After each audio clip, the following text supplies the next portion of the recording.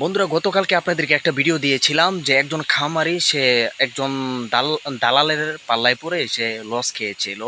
মানে কি চীনা হাঁস দেওয়ার কথা ছিল। এই যে আমি ফার্মের ভিতরে আছি আর সেই ভুক্তভোগী আছেন মোস্তাকিম খান। যাই হোক, সে শরীরের মধ্যে কাপড় নাই দেখে সে আমাদের সামনে আসতে চায় না। তো তার মানে কি সে কেমন ধোঁকাটা খেয়েছে, তাকে চীনা হাঁস দেওয়ার কথা ছিল, এখন দালালে তাকে দিয়ে দিয়েছে দেশি হাঁস। তো হাঁসগুলো আপনাদেরকে দেখাচ্ছি।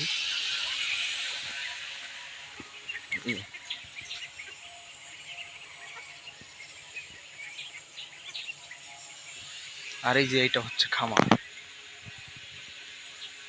একজন নতুন উদ্যোক্তা খামার সেক্টরে আসে তার একটা স্বপ্ন নিয়ে, কিন্তু ওই স্বপ্ন যদি দালাল চক্রের পিছনে পড়ে তার স্বপ্নটা শেষ হয়ে যায়।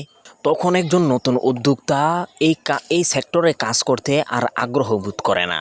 বন্ধুরা, একটা কথা মনে রাখবেন, এই সেক্টরটা কিন্তু ছোটোখাটো একটা সেক্টর না। অনেকে এই সেক্টরটাকে বাঁকা চোখে দেখে, অথচ আপনি চীন, জাপান, বাহিরের যে কোনো রাষ্ট্রের মধ্যে যান, আপনি দেখবেন বিভিন্ন ধরনের শিক্ষিত লোকেরা এই সমস্ত কৃষি এবং ফার্মের সাথে যুক্ত আছে। আর আমাদের দেশের মধ্যে এই সেক্টরটাকে নিচু চোখে দেখা হয়, যার কারণে দেশের অর্থনীতি এত দুর্বল। তবে 2026 সালে এসে মানুষের এই ভ্রান্ত ধারণার কিছু পরিবর্তন ঘটেছে। যেমন বিসমিল্লাহ এগ্রোর সাইফ ভাই, সে এই কৃষির সাথে যুক্ত রয়েছেন। তিনি যথেষ্ট একজন শিক্ষিত ব্যক্তি। তিনি দেখিয়ে দিয়েছেন যে এই কৃষি সেক্টর, এই ফার্ম সেক্টর দিয়েও কিছুটা করা সম্ভব। বন্ধুরা, এবার আসুন আপনাদেরকে আমি কিছু পরামর্শ দেই। প্রথমত যে পরামর্শটি দিব সেটা হচ্ছে যে আপনারা পুরোপুরি আবদ্ধ অবস্থায় হাঁসগুলো পালন করবেন না।